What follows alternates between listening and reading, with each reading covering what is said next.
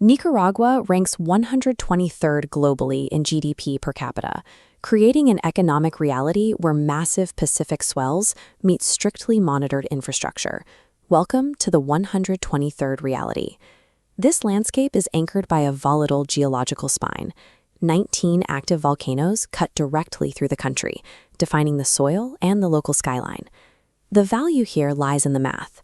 Nicaragua maintains some of the lowest day-to-day cost lines anywhere in the Americas, allowing those with strong Western currencies to deploy geographic arbitrage and buy back their time. That financial leverage plays out inside modernized colonial blocks. Granada and León serve as pristine hubs where remote earners set up against 16th century architecture.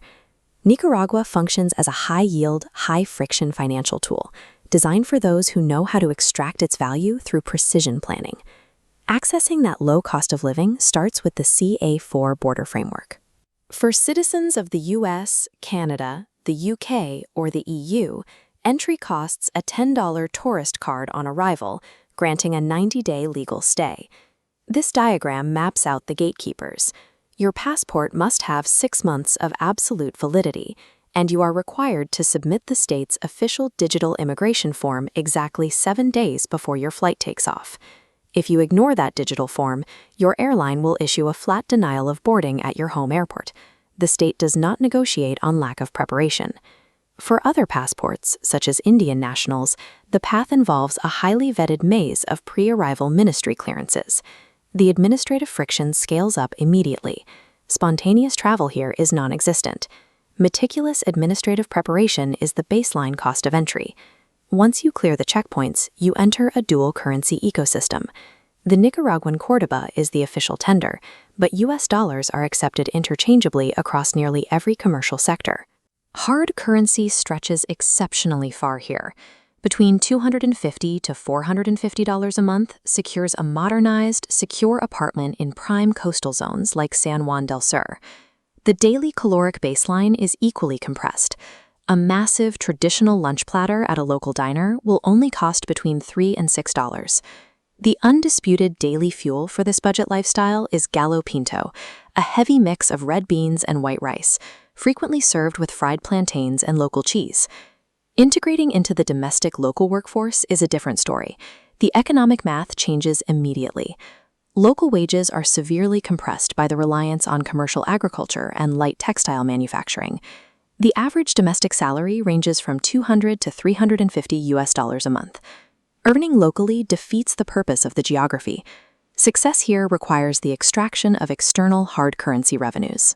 The physical infrastructure brings its own set of rules. While Nicaragua reports lower violent crime rates than its neighbors, it demands high active vigilance regarding your property. Dense municipal transit blocks in Managua, like the Mercado Oriental, are hotbeds for opportunistic daytime smartphone snatching and organized luggage theft. Countermeasures are mandatory. Avoid unlit urban paths after dark and exclusively use vetted, registered taxi dispatches. Then there is the climate tax. The emerald rainy season runs from May to October. Heavy afternoon downpours keep the landscape lush, but they routinely wash out unpaved rural roads. The optimal window to live or travel here is between November and February.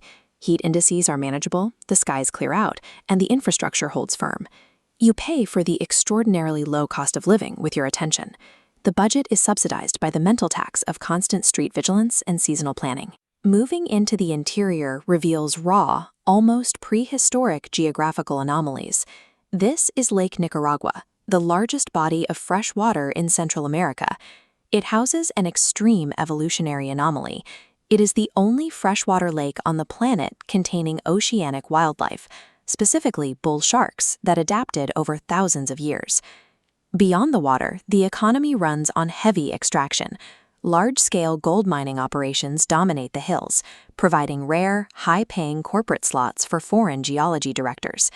This landscape runs on raw evolutionary survival and heavy resource extraction. This final scorecard maps out who survives this environment. We break it into 3 profiles: the spontaneous tourist, the local job seeker, and the remote optimizer. The spontaneous tourist hits a hard stop. If you lack the discipline to file the strict 7-day digital pre-approval forms, you won't even board the plane. The local job seeker fails the math. Earning a domestic wage capped at $350 a month destroys any cost of living advantage for expats. The system works for the remote optimizer. If you earn US dollars through digital output or NGO management, you can absorb the administrative friction in exchange for massive financial leverage. This destination does not adapt to your habits. It functions as a tool for those who meet its rigid prerequisites. Living here requires trading seamless entry and carefree urban walking for deep colonial history and budget leverage.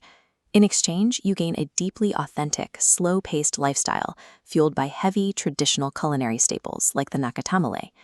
Is the friction worth the reward of a workspace set against a volcanic Pacific gateway? Let us know in the comments. Next stop, Niger. We break down the Saharan uranium fortress and ancient trade crossroads of West Africa. Geographic arbitrage always has a toll. In Nicaragua, you pay with preparation, not dollars. Subscribe to stay real.